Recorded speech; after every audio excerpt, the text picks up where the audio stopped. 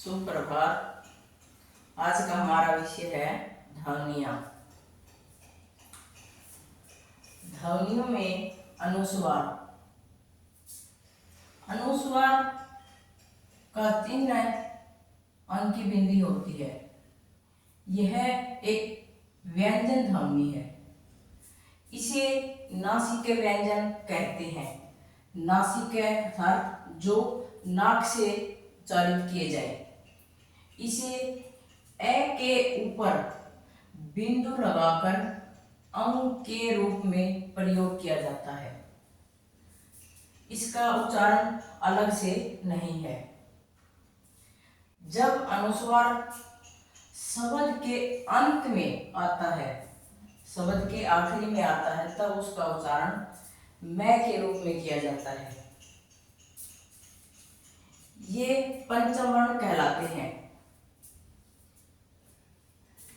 पंचम वर्ण क्या होते हैं?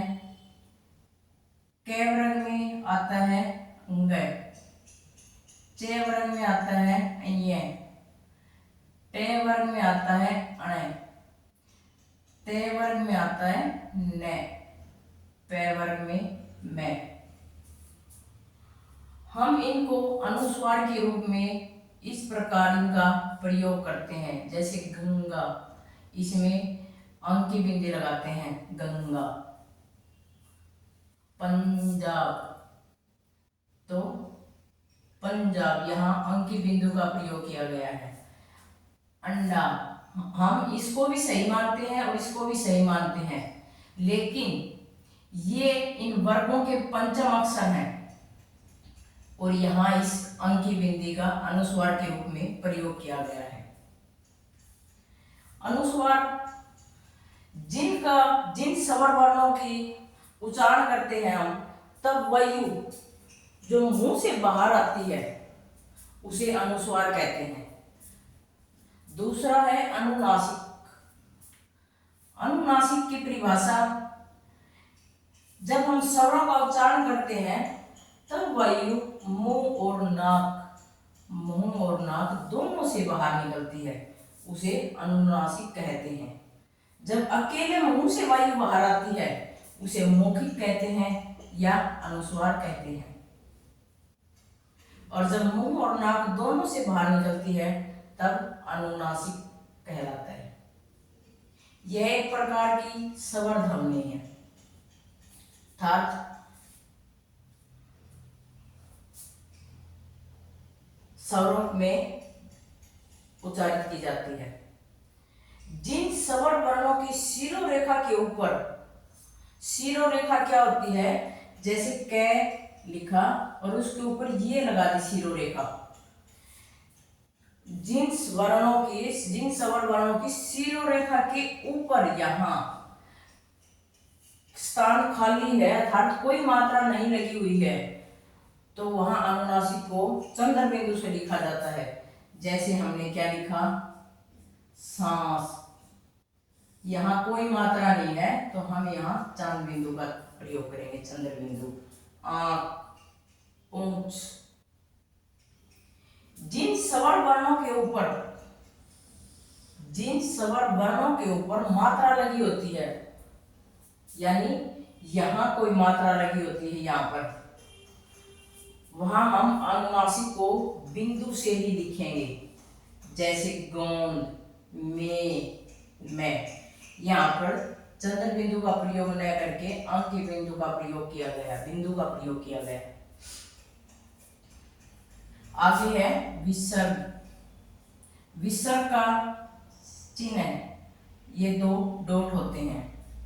यह एक व्यंजन ध्वनि है। अनुस्वार भी व्यंजन ध्वनि, विसर्ग भी व्यंजन ध्वनि। विसर्ग को भी ए के साथ लगाकर अह के रूप में बताया गया है।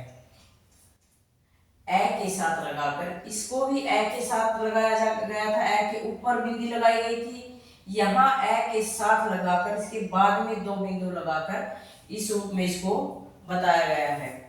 हिंदी में विसर्ग का उच्चारण समाप्त हो गया है। इसे भी है की तरह उच्चारित किया जाता है लगाकर। जैसे ये संस्कृत का शब्द प्राप्त है। जब हम इसको उच्चारित करेंगे तो तब इसमें ही है का उच्चारण आएगा। हिंदी में हम इसको कैसे लिखेंगे? प्राप्त है, ये है लगाते हैं, या शुभ है।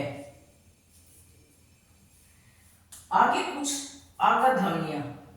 आगत ध्वनि, आगत ध्वनि का अर्थ क्या होता है? आई हुई। आई हुई मतलब हिंदी से ना आकर बाहर से जो ध्वनियां आई हैं उसे आगत ध्वनियों के रूप में प्रयोग किया जाता है। इसमें स्वर व व्यंजन ध्वनियां प्रयोग की जाती है। स्वर का भी प्रयोग होता है और व्यंजन का भी प्रयोग होता है। आगत स्वर और आगत व्यंजन। अभी बताया था कि यहाँ स्वर और व्यंजन दोनों ध्वनियां प्रयोग की जाती हैं। स्वरों में हम किसका प्रयोग करते हैं और व्यंजन में हम किसका प्रयोग करते हैं? स्वर में हम आ के ऊपर ये लगाया जाता है, इससे शब्द बनाते हैं। ये ओ का उच्चारण करेगा, जैसे बोल, सोल, डॉक्टर, ये विदेशी भाषा के शब्द हैं, जैसे अंग्रेजी, तुर्की, फारसी। फिर आगत व्यंजन।